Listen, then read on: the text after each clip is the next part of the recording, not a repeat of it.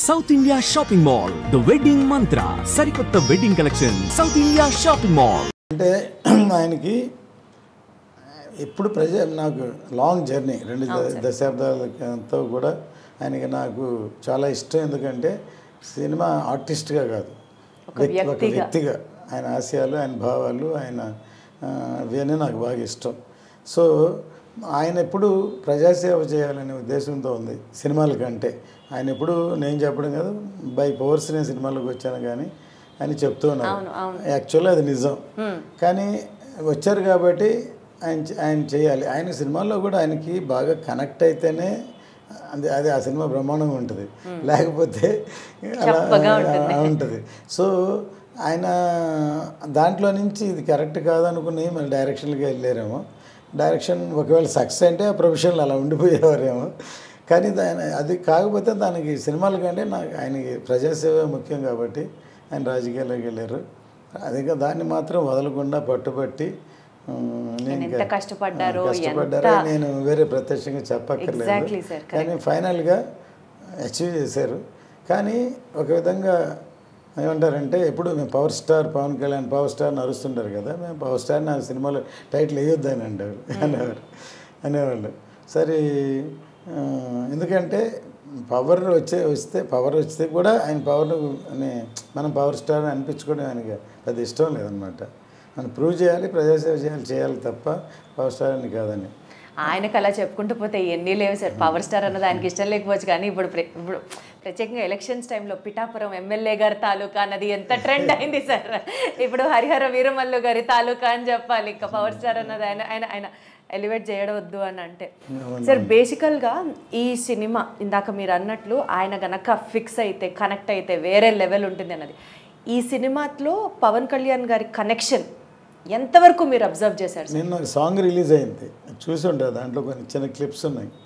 దాన్ని చూసి ఉంటే ఆయన ఎంత కనెక్ట్ అయ్యారు, విజృంభించి అలా చేశారు, అది దాన్ని బట్టి అర్థమవుతుంది. అంటే మీ అసెస్మెంట్ సార్, మీరు ఇంకా క్లోజ్గా ట్రావెల్ చేశారు, మీరు ఇంకా దగ్గరగా చూస్తారు కాబట్టి అదే చెప్తున్నాను. అది అసలు ఒక సినిమాటిక్ ఫైట్లా లేదు, అంటే రియల్గా ప్రాణం పెట్టి చేసినట్లే కాదు. ఒక 100 మందిలో ఒకళ్ళు ఇరుక్కుంటే మనం బాలచంద్రుడో లేకపోతే అభిమన్యుడో అలా చూసాం కదా, వీర విహారం చేసినట్లు ఉంది అది యాక్చువల్గా.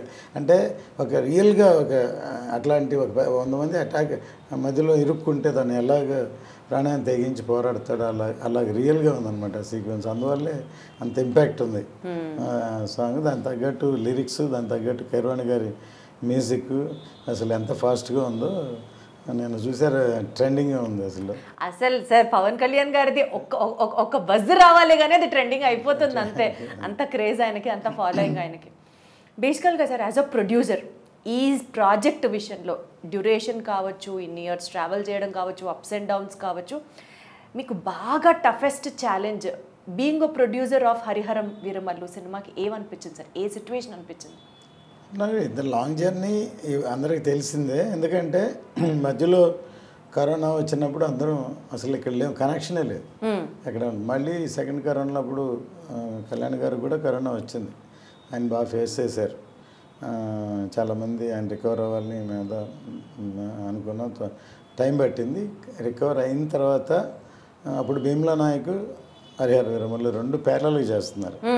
అప్పుడు ఆఫ్టర్ కోవిడ్ అంత ఇమ్మీడియట్ రికవర్ ముందు ఒక సినిమాని ఫినిష్ చేసి దాని ముందు అది రిలీజ్ చేద్దాం. తర్వాత చాలా టైం బట్టి తర్వాత మా షూటింగ్ వచ్చారు. వచ్చిన ఆ సీక్వెన్స్ తోటి అసలు అప్పుడే సినిమా అయిపోవాలి, కానీ ఆ సీక్వెన్స్ చాలా ఇంపార్టెంట్. అది దాదాపు 60 డేస్ చేసాం. అందులో దాదాపు 45-50 డేస్ కళ్యాణ్ గారు ఉన్నారు ఒకే సీక్వెన్స్. ఇంతవరకు మేబీ హిస్టరీ అవ్వచ్చు. ఒక సీక్వెన్స్ ఒక క్లైమాక్స్ చేసిన 10 రోజులు 15 రోజులు చేస్తాం, 60 డేస్ ఒకే ఒక సీక్వెన్స్. సో అందువల్లే దాంట్లో అంత పవర్ ఉంది. మేబీ అక్కడ రామోజీలో షూట్ చేస్తే అక్కడ ఒక హిల్ ఉంది, 4:30కి లైట్ పోద్ది, 4:30 సాయంత్రానికి 4:30కి. జనరల్గా 4:30 to 6 ఒక సాఫ్ట్ లైట్ ఉంటుంది.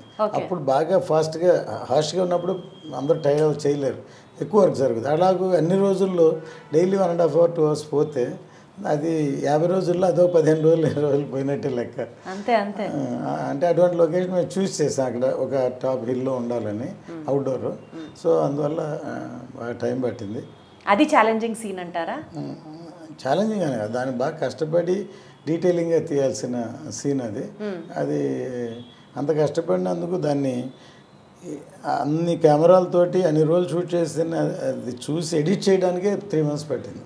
వా, ఒక్క సీన్ ఎడిట్ చేయడానికి 3 నెలలు. అన్ని కెమెరాలు ఉన్నాయి, అన్ని షాట్లు ఉన్నాయి, అంత ఉంది. దాన్ని అన్ని చూడాలి, సెలెక్ట్ చేయాలి, దాన్ని చేస్తేనే ఒక గ్రిప్ రావాలి కదా ఆ సీక్వెన్స్కి.